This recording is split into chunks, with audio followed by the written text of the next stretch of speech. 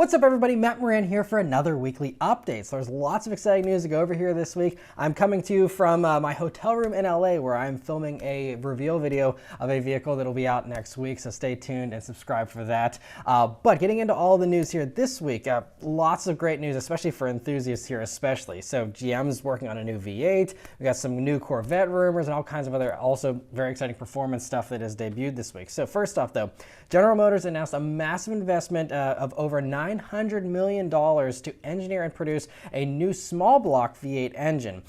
They specifically mentioned it's for their future trucks and SUVs, but as I'll discuss in a minute, I think the Corvette may also get it as well. And so there's no details on this V8 yet, or even a timeline of when to expect it, but they did say, of course, it's going to be more fuel efficient than the current V8. That's probably the main reason why they are, re-engineering here the V8 engine again.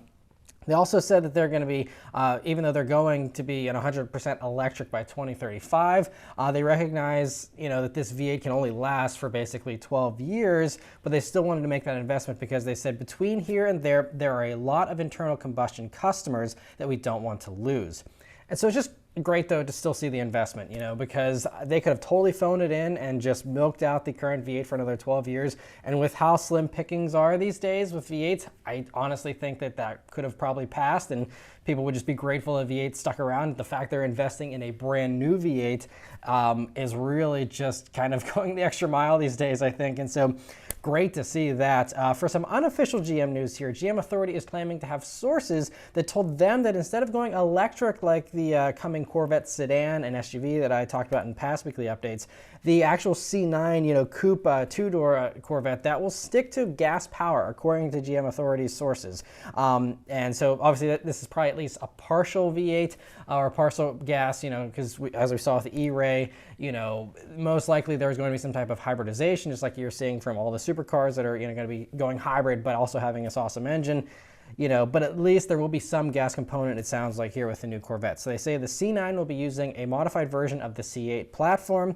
And so while the rumor doesn't specifically mention a V8, I would assume that, with the investment with this other new V8 and the fact that, Corvette fans are going to be pretty upset if it didn't have a V8, I'm assuming it will continue with a V8, but whatever it is, at least it'll be gas, so that's a win as well. And so they say that it'll be debuting in 2028 as a 2029 model year vehicle. But of course, over the next 5 years, of course, there's still lots more to come for the C8 Corvette with a ZR1, most likely, and a Zora, again, most likely. That's what all the rumors are suggesting. And it seems to be pretty well found that, we'll get a twin turbo version of the Z06 basically with the ZR1, and then they'll add the E-Ray's electric motor on the front for the Zora and combine that with that ZR1 thing. Most likely. Again, we'll see what happens. But anyway, I'm really glad to hear that, they're keeping the V8 around in the Corvette into the 2030s here, it sounds like, and hopefully this maybe convinces Ford. Maybe they should, keep the V8 around longer.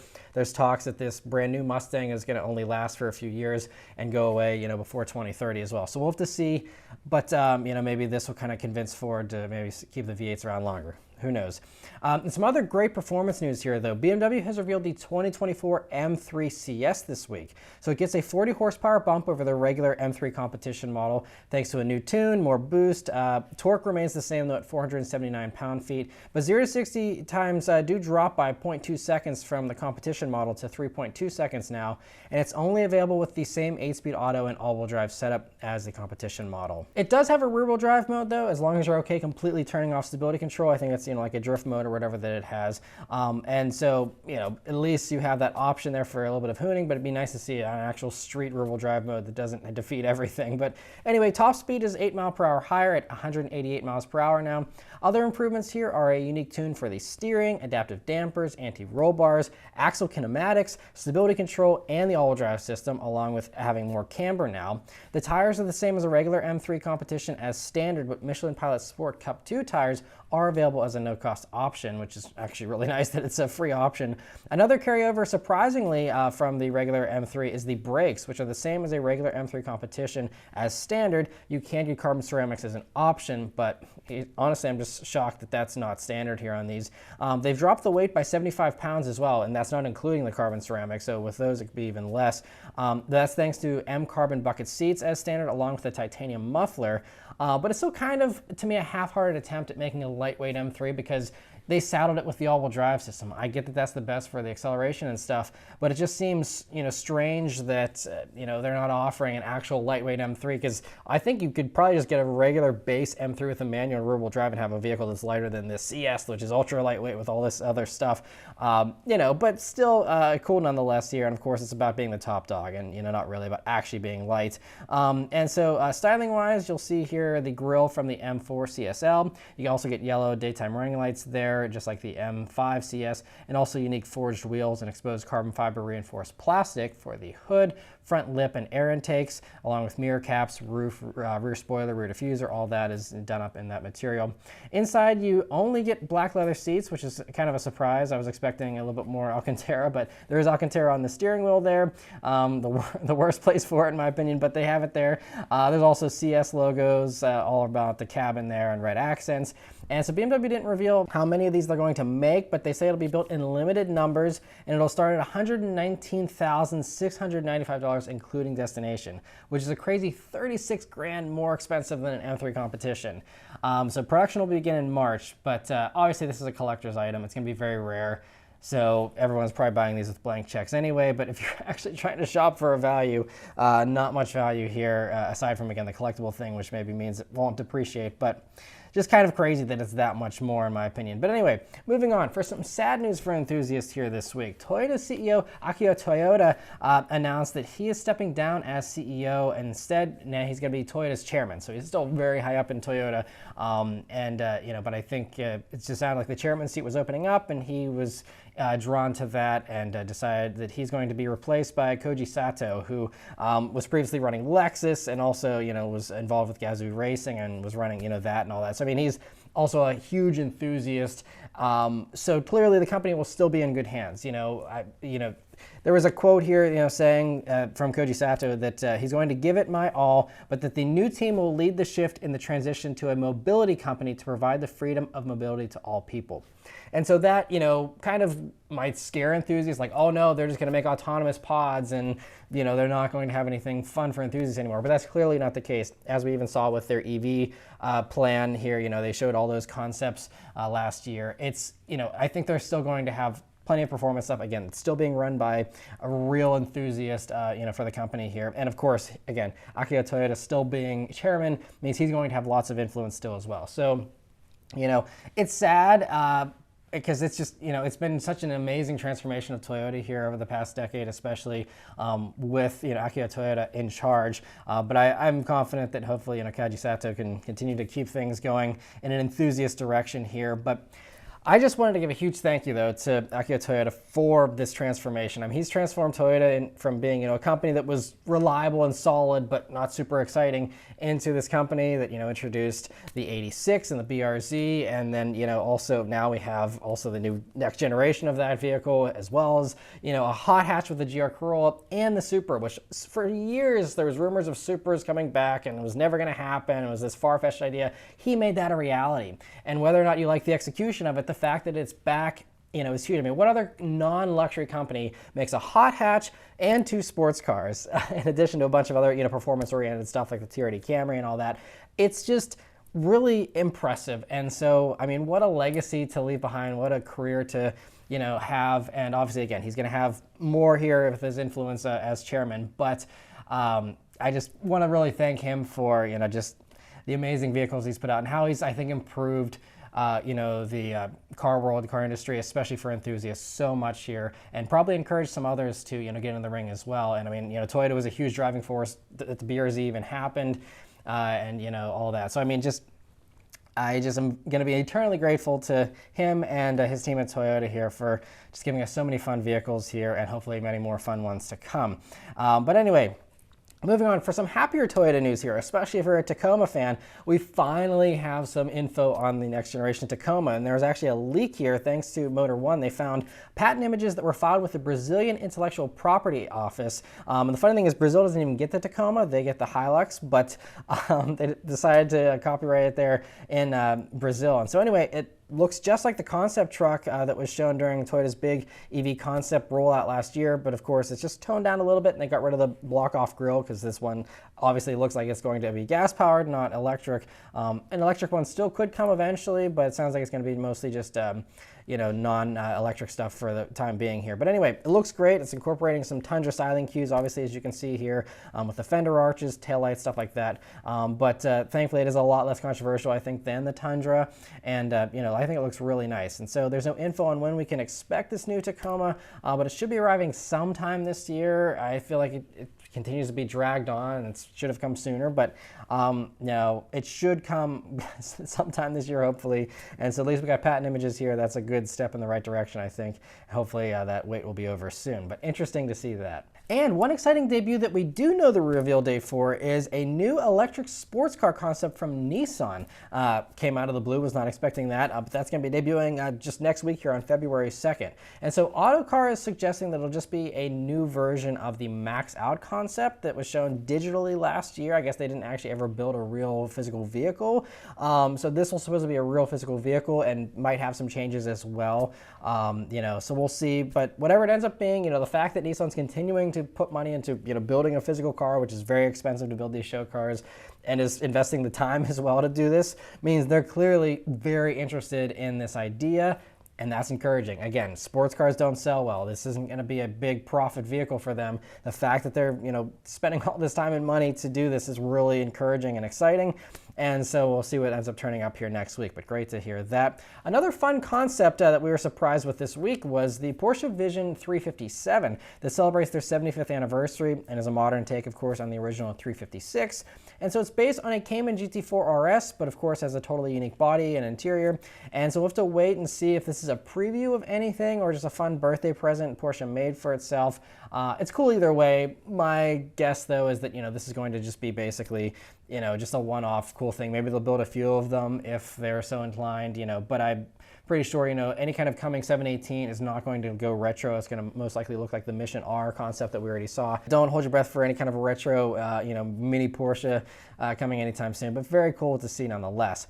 For some actual production car news here that's great for enthusiasts, Polestar has announced a huge change here for the Polestar 2 for the 2024 model year. So like I just reported last week with the Volvo XC40 and the C40, where they switched from front-wheel drive to rear-wheel drive for their base versions, along with getting better motors and batteries and stuff, the Polestar 2 is going to be getting that same improvement. So it's going to rear-wheel drive as standard for the Polestar, which is awesome.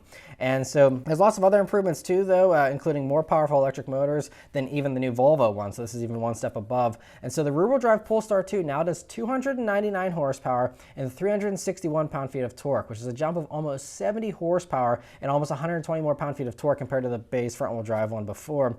And this makes it a legitimate, electric alternative to the other, compact rear-wheel drive luxury sports sedans that all do, similar but less power. So, this is an actual, now that it's rear-wheel drive, a good alternative to those 3 Series, the C-Class, the Alfa Romeo Giulia, all that kind of stuff. Again, if you're open to the electric component. But anyway, so the extra power drops the 0 to 60 time by 1.1 seconds to 5.9 seconds now. And if you go for the all-wheel drive version, you get a smaller bump in power, but still a nice improvement. So it now gets 421 horsepower and 546 pound-feet of torque, along with a more rear bias setup and better handling. And if you want more power, though, the all-wheel drive version offers a downloadable update that'll be available that adds it goes to 455 horsepower, so it adds, about a couple dozen horsepower there.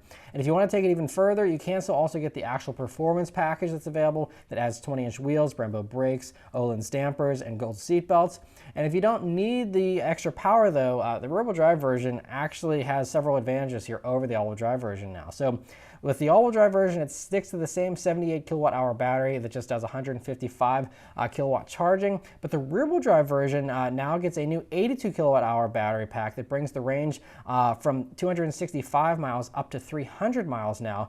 And it can now do 205 kilowatt charging. So, that's a huge jump in. 205 kilowatts is pretty close towards the top. It's not quite as fast as the Hyundais and the Porsche and stuff, but it's still very solid. And the range on the all-drive version, you know, it still does improve a little bit thanks to those new motors. It now does 270 miles of range.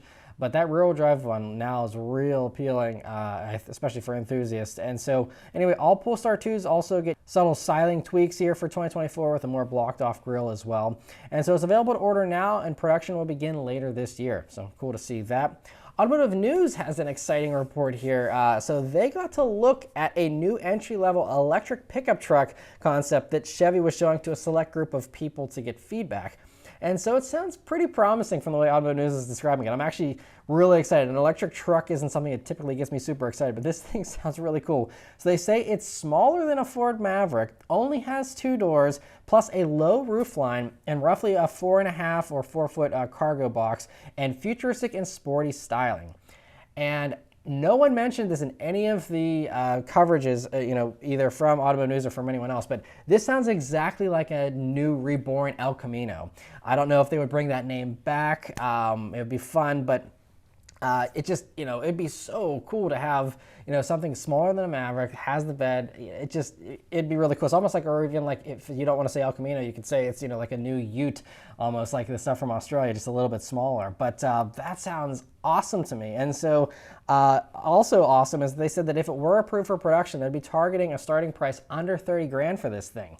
Also fantastic, and also it makes a lot of sense. They keep it simple, a little 2-door thing with a bed on the back. Should be fairly cheap to make. And the director of affordable EV and crossover design for Chevy told Automotive News that we're creating these to get a reaction and to try to then modify it or move on.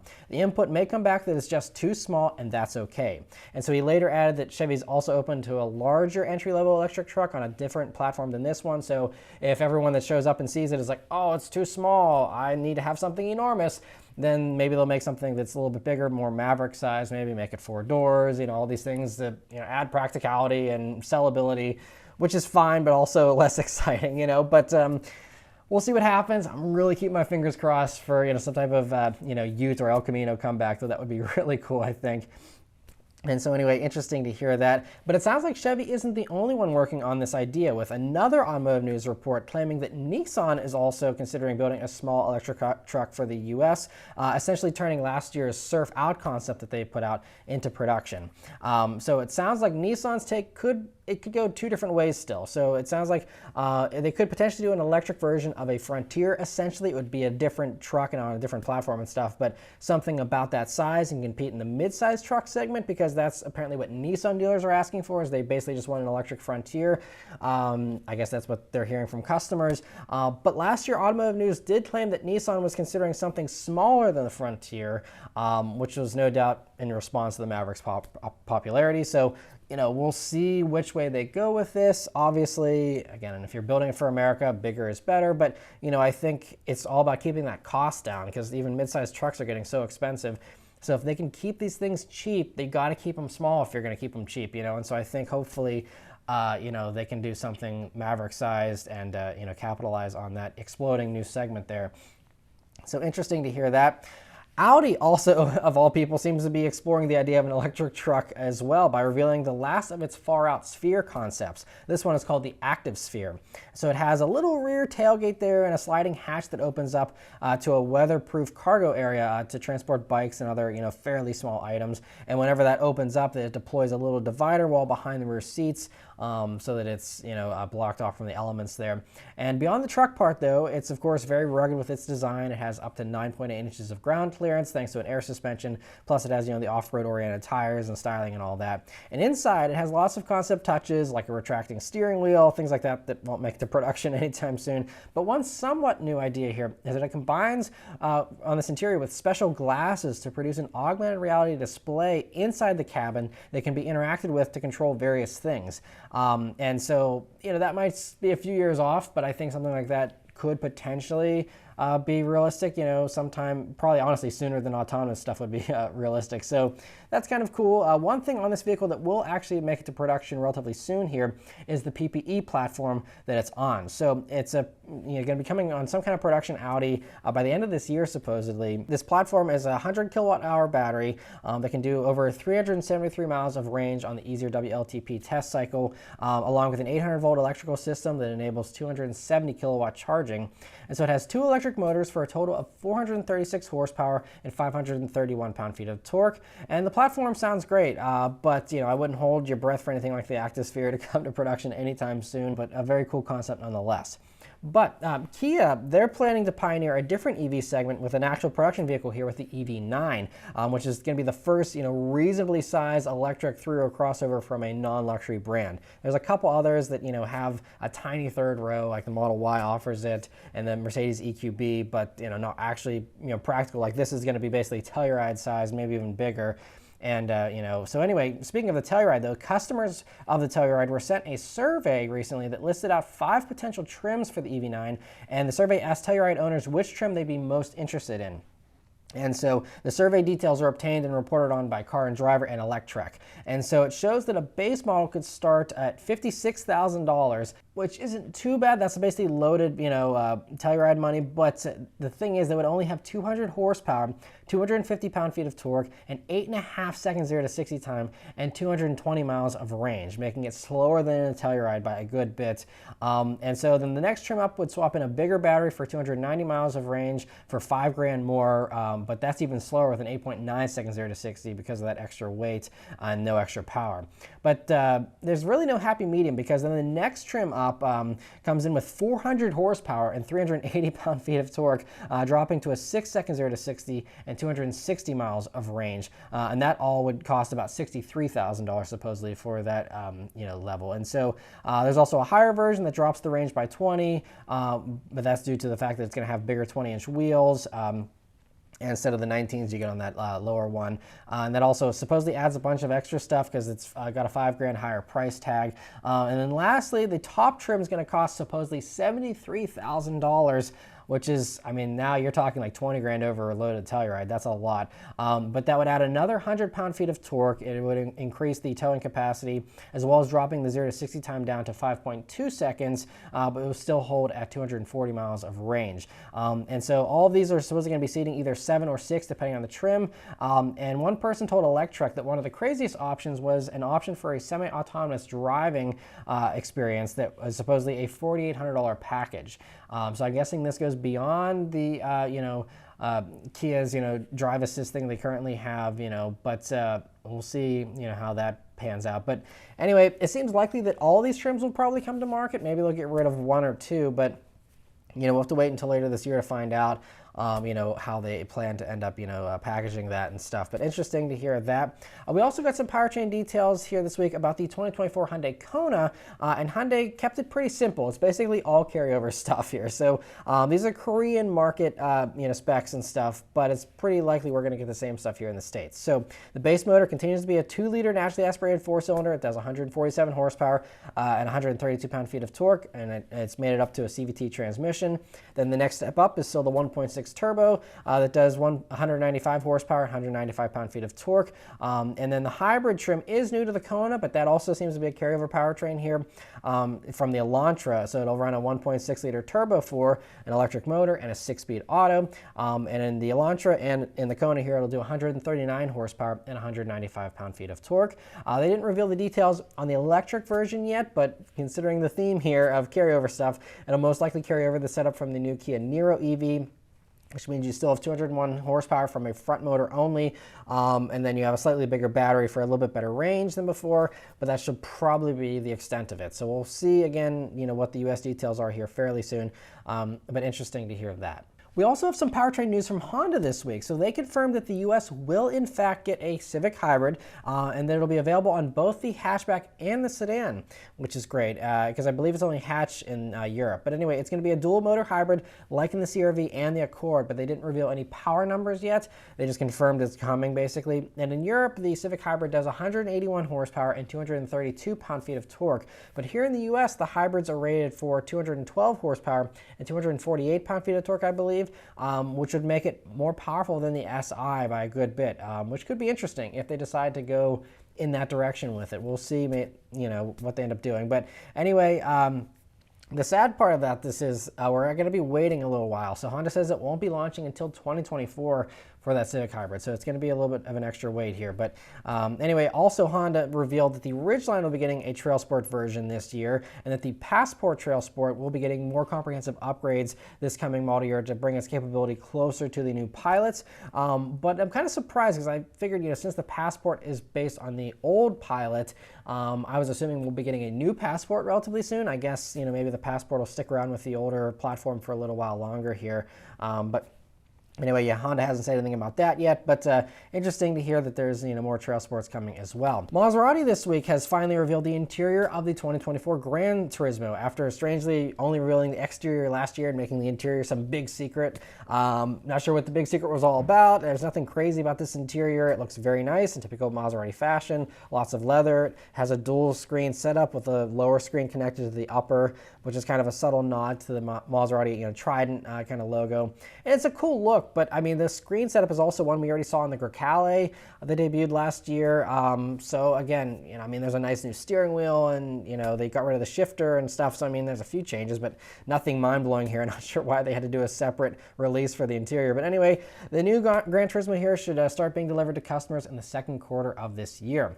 In some other interior news, BMW briefly announced that starting in March, all 4 Series, including the M4, will now get the new 14.9-inch curved infotainment screen and the 12.3-inch digital gauges that just debuted on the 2023 3 Series refresh. And that'll also be standard, by the way, across the board on the 4 Series. And they're also going to get all the other small little changes with, you know, restyling the dashboard and stuff that comes with, you know, those new screens. And so cool to hear that. For some other minor news here, GM Authority is reporting that Cadillac has decided to add a Blackwing badge onto the back of the Blackwing models, thankfully. So there's 2023 Blackwings already produced that don't have the badge, but going forward, all cars will get it. And thankfully, so will current owners. So Cadillac just emailed Blackwing owners informing them they can get the new badge, and then get it on their car by just going to a local dealer and having them install it. And so I'm glad that they have, you know, put a badge on it. I think, you know, when you're spending the extra money, getting the extra performance, you don't want it to, you know, have no extra badges. You want to at least have one badge letting people know that, hey, this is not just a regular V, it's the Blackwing now. So great they made that change. Mercedes has begun to get approval for their Level 3 autonomous tech that they're calling Drive Pilot. And so Level 3 means it can do most of the driving without the driver needing to hold the wheel or even look at the road, but it still requires the driver to be able to take over whenever it's needed. So hopefully there's plenty of warning before that, because if you're not paying attention and you're, you know, distracted and stuff because the car says you can be, and then all of a sudden it's like, hey, wait, you got to take over.